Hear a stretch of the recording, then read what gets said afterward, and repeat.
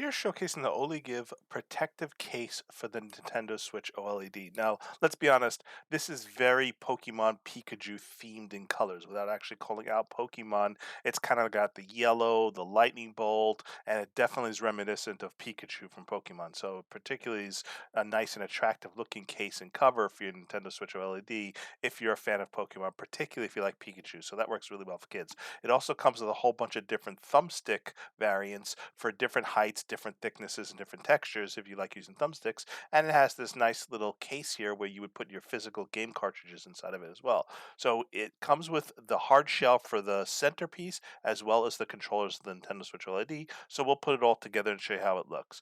First thing I'll tell you is it feels very thin and plasticky, even though it says it's a hard shell case.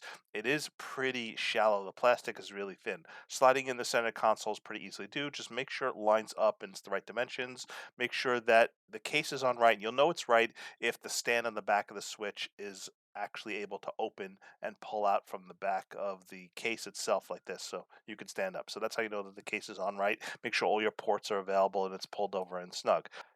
Now, putting the case on the controller is easy to do. You just simply slide on the back and then slide on the top. Snapping it in place does go on and you hear it snap, but again, it feels a tad bit flimsy just because the case is so thin. So I found that even when snapping it, it wouldn't stay shut sometimes, but eventually I got it into when you just slide the controller back onto the Nintendo Switch LED and then it stays in place.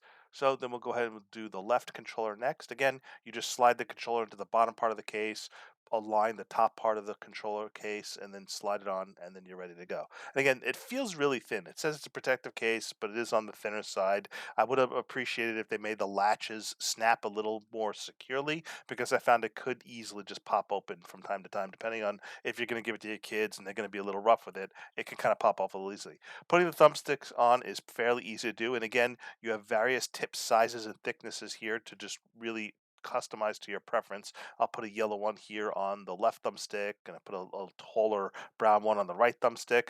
Thumbsticks are pretty universal. You just have to slide them in on one side, then pull them around until they fit on the other side. They're stretchy, so you just kind of like align them, then you spin it till it evens out. So here's how it looks with the two different thumbsticks of different heights. And again, I really like the thumbsticks that give you that extra grip on your fingers instead of you wearing potentially the thumbsticks that are on the default Nintendo Switch LED. You could do wear on these thumbstick protective pads instead. So it helps the rubber on your Switch OLED last longer when you put thumbstick pads on top of them. So overall, it's a nice decorative case, like the Pikachu, like Pokemon theme to it.